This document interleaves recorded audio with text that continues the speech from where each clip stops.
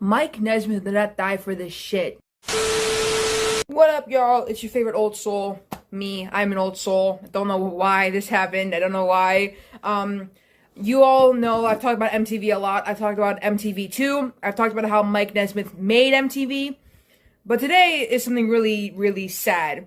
Now, we're all familiar with MTV News. They were the ones that pioneered grunge when it became a thing. Kurt Loder is a good example. But I have some very bad news about MTV News.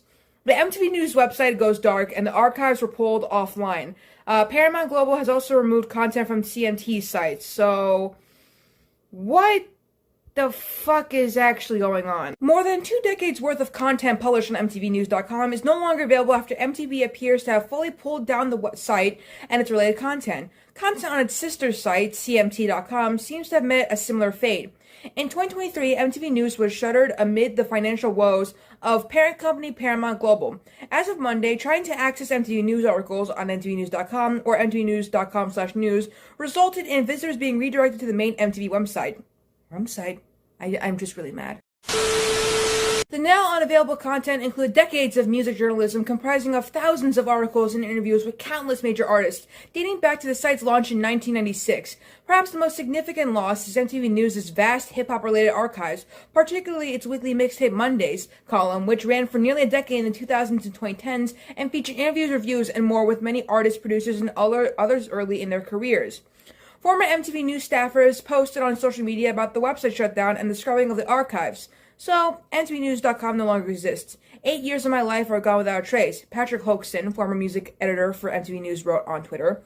All because it didn't fit some executives' bottom lines. Infuriating is too small of a word.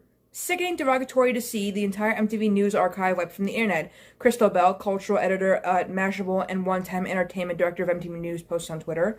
Decades of music history gone, including some very early K-pop stories. This is disgraceful. They've completely wiped the MTV News archive. Longtime Rolling Stone senior writer Brian Hiatt commented, decades of pop culture history research material gone, and why? Last week, Paramount Global's CMT website similarly pulled its repertory of country music journalism dating back several decades. Reps for MTV did not respond to requests for comments Monday. Some observers noted that MTV News articles may be available through internet archiving services like the Wayback Machine, but according to Hiatt, older MTV News articles do not show up via the Wayback Machine.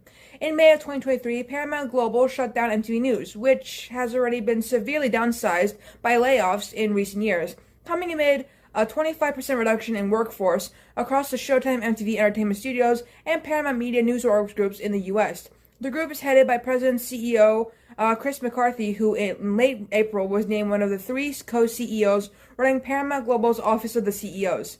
MTV News began in the late 80s with the Week in Rock, which was a show hosted by Kurt Loder, who became the first MTV News anchor. And that's all there is to say about it. I feel so bad for Kurt Loder. Kurt Loder? I love Kurt Loder. Mike Nesmith did not die for this bullshit, man. Oh my god. I know last time I said that a thunderstorm happened and Mike Nesmith got mad at me, but literally if the Nesmiths were still running MTV, I don't think it'd be bad. I don't think this would happen. I think if Mike just ran MTV instead of just, fucking off and doing television parts or pop clips or whatever, which pop clips made MTV regardless, but still, if he didn't fuck off and do other stuff, I think MTV would be fine, bro. Okay? Like, oh my god, good god, I love MTV, like old MTV. I want my fucking MTV back, god damn it, I want my MTV back. Turn it on, leave it on, America, see the music you want to see. I want my MTV. Alright. I want my MTV. I want my MTV. Ow! 24 hours a day on cable TV. I want my MTV, MTV, MTV! Yeah, too much is never enough.